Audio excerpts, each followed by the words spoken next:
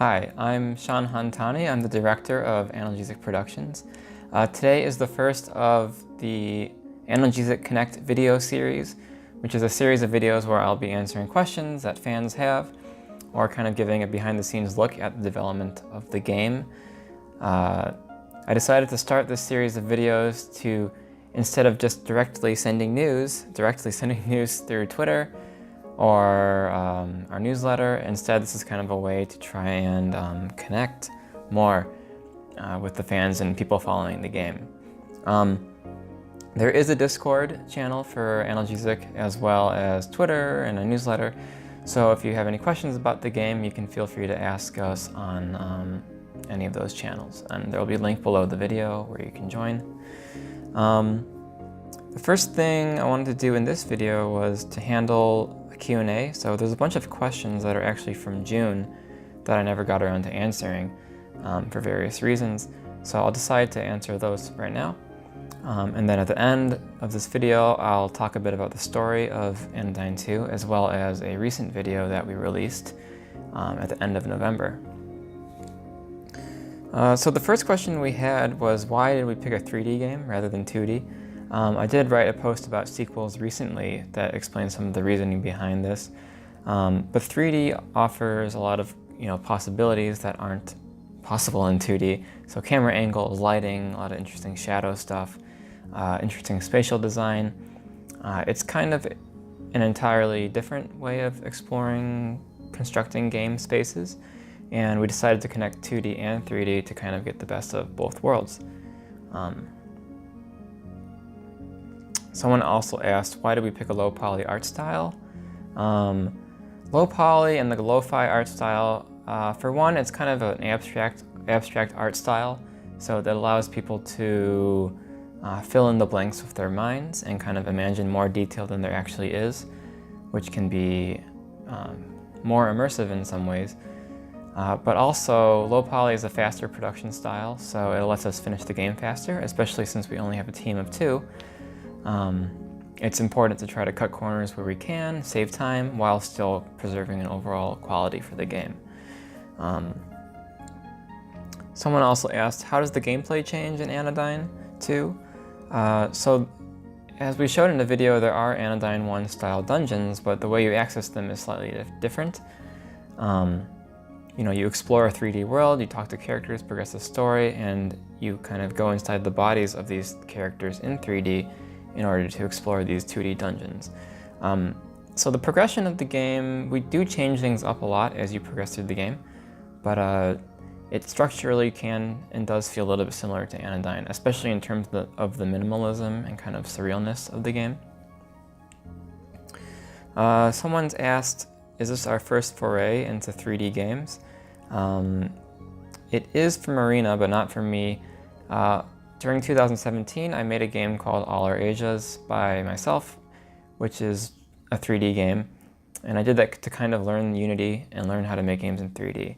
So a lot of stuff I learned from making that has helped make Anodyne 2 a much faster game to develop.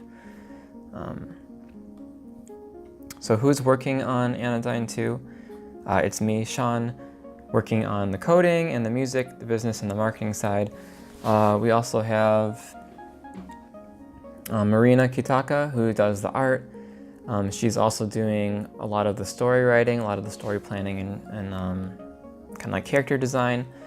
I also help on a little bit of the writing and also like kind of spatial design and art direction stuff at times, kind of like world design things.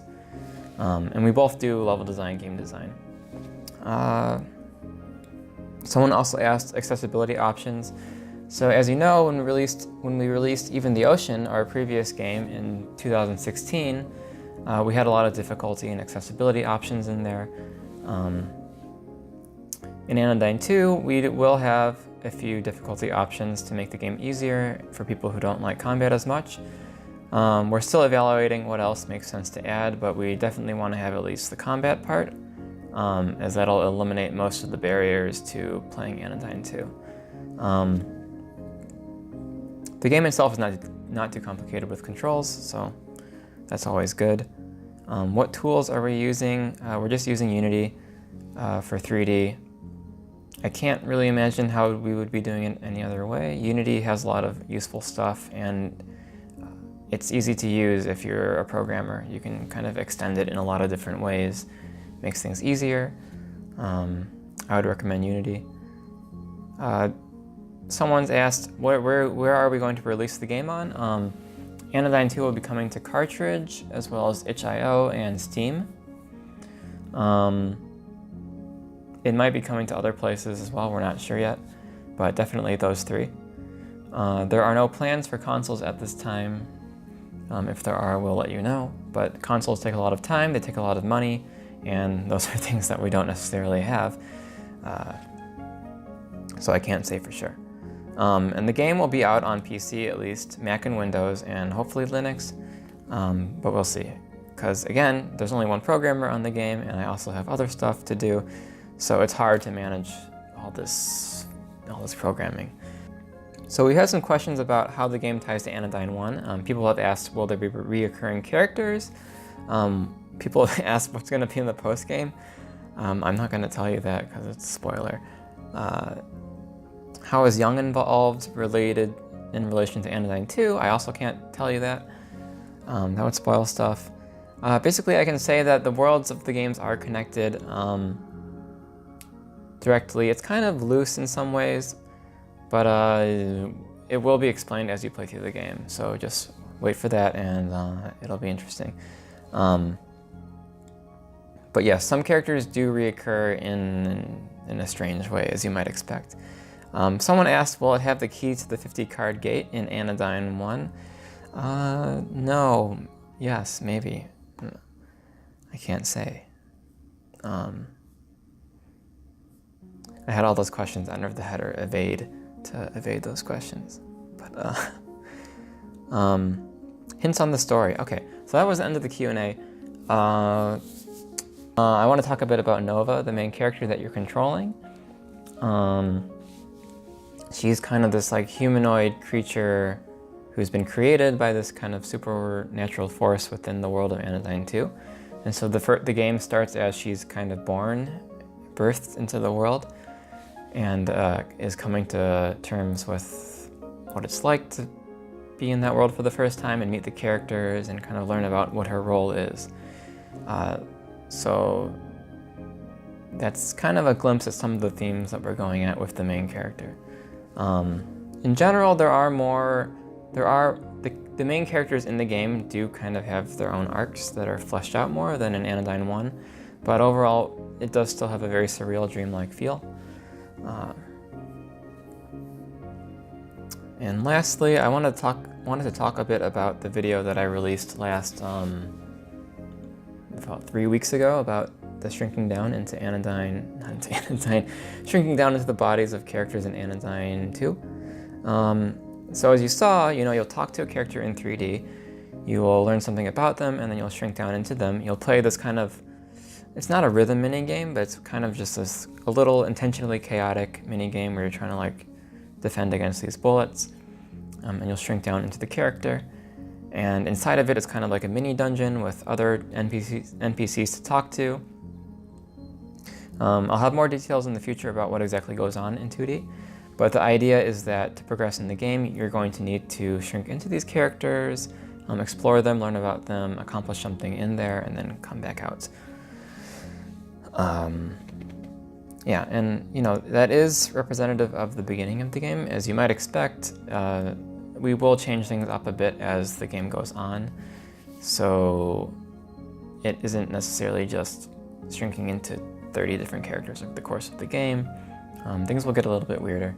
Of course, we don't want to talk about that yet because that would ruin the fun.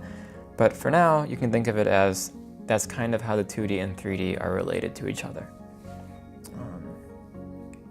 Yeah, so that's about it for today's Analgesic Connect. Hope everyone's enjoying the cold weather, or cold weather if you're living in a cold part of the world. Or maybe it's warm where you live. Anyways, thanks for watching. Please make sure to subscribe to our YouTube channel, as well as comment with any questions you might have, or in our Discord. So if you're looking for ways to support us There's a lot of ways. You can join our Discord and ask questions. You can wishlist the game on cartridge or Steam. You can join our newsletter at analgesic.productions, which is a website. Or you can follow us on Twitter, retweet some of our stuff, help spread the word. Again, the point of the Analgesic Connect videos is to kind of try and connect with the fans. There's no game that's successful without any fans. Because people who play the game, people who like the game are the ones who share it, kind of spread the word about things and get other people to play the game, which helps support us as developers.